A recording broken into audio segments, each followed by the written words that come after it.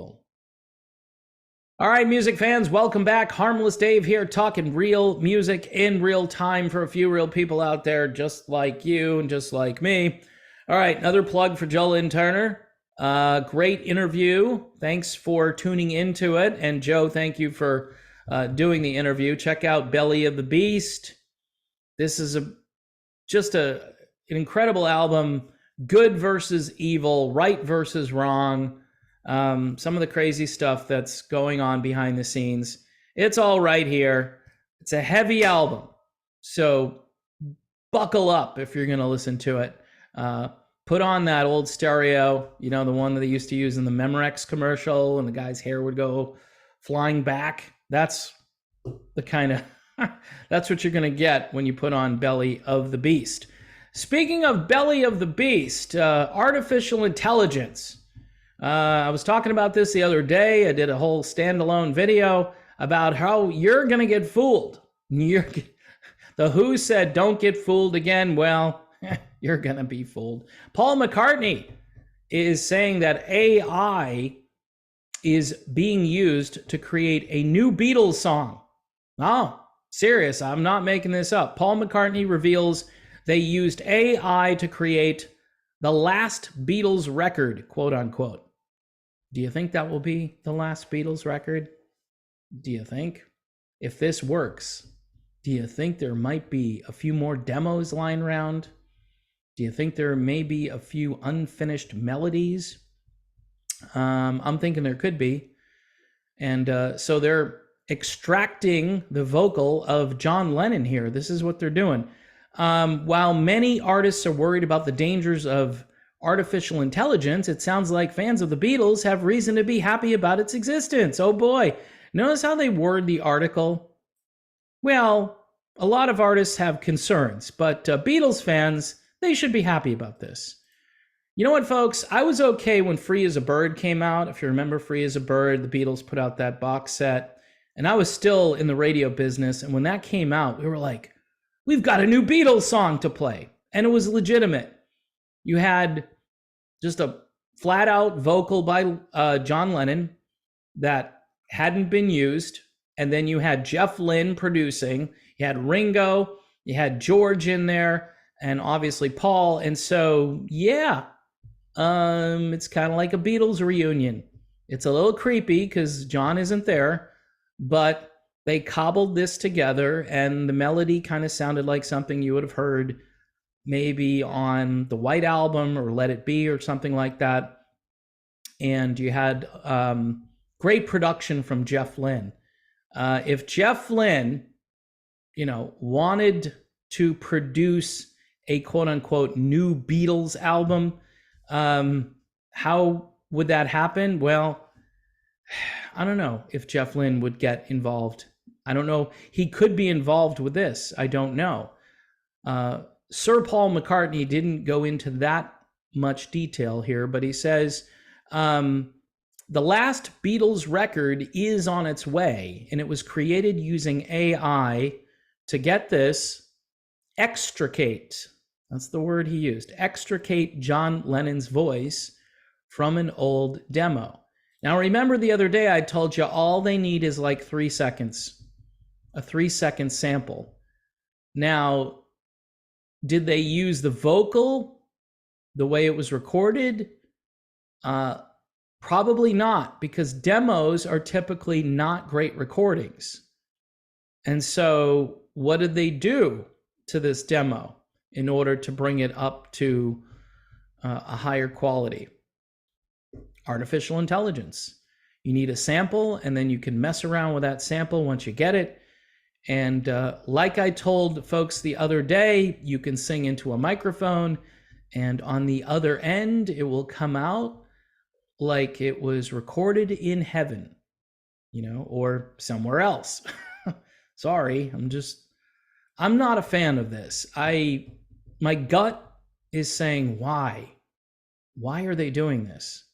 Is there a big anniversary next year for the Beatles? I mean, 2024? 60 years plus of the Beatles? I mean, I don't know. Maybe there's some kind of an anniversary, but Paul McCartney says the song will be out next year. According to the BBC, the demo was part of a cassette given to Paul McCartney by Yoko Ono. Yoko Ono, by the way, is the reason we have that expression, nails on a chalkboard. It has nothing to do with this video, but I just figured I would throw it in there. The cassette labeled For Paul, this is interesting, was recorded just before Lennon's 1980 murder. Who wrote For Paul on that cassette? Was it John Lennon? Because that's like a huge story. If John Lennon was sending a cassette to Paul McCartney so he could listen to it, that's like a bombshell. That's breaking news. Like the Beatles, hey, they were going to get back together again. Now, you can't confirm that. I mean, it could have been Yoko who wrote For Paul on there. I don't know. That would be an interesting piece of information for rock historians.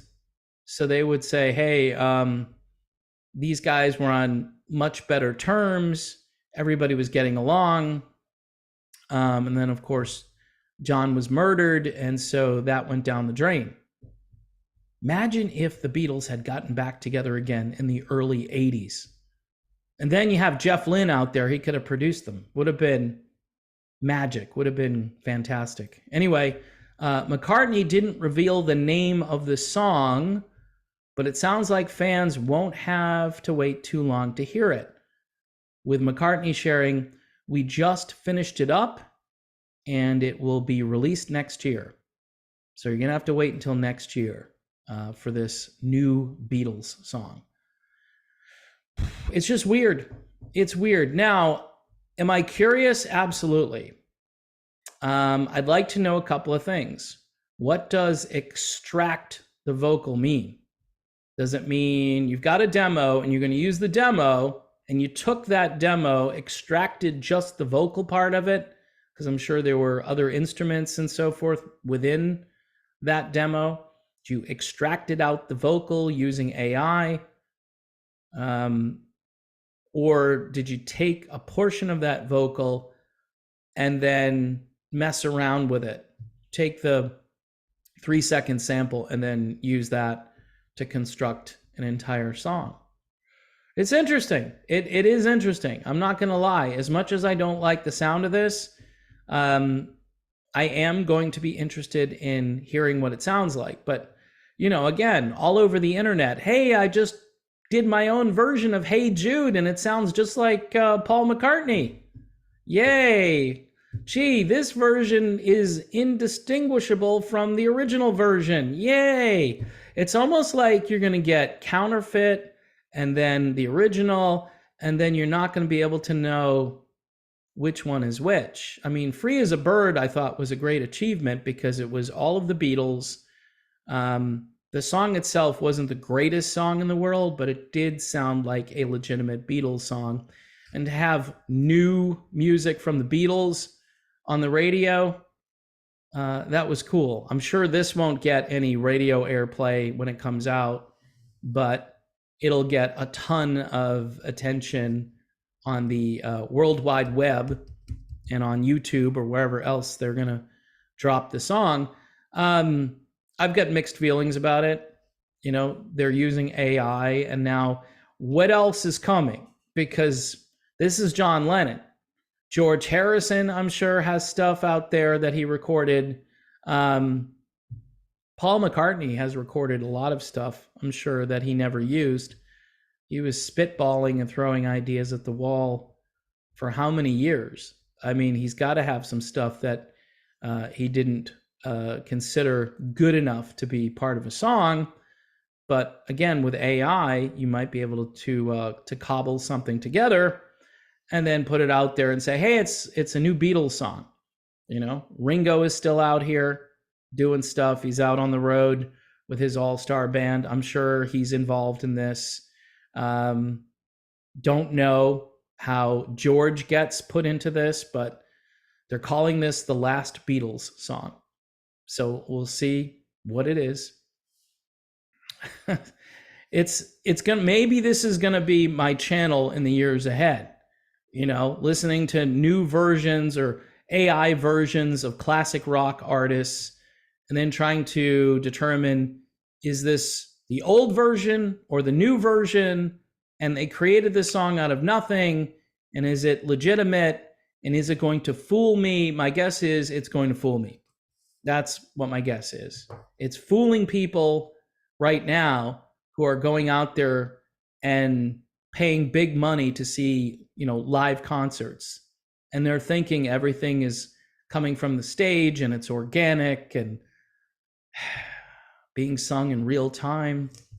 Not sure. Anyway, Joe Lynn Turner promises me that it's really him and there's no AI here. And he still belts it out. He's got one of those very strong vocals, and you immediately know it's him. So check out Belly of the Beast. I think we are kind of in the belly of the beast. Also, don't forget to check out Modern Retro Radio. That's modernretrofm.com. Great internet radio station playing classic artists like Joe Lynn Turner and others, music that you won't hear anywhere else on the radio. And my guess is, because I know one of the owners of that station, I bet you they're going to play this new Beatles song because they're very big fans of Paul McCartney. So you can look forward to that next year. Hey, I want to hear it too. I want to hear it, and then I'll judge it more when I hear it then.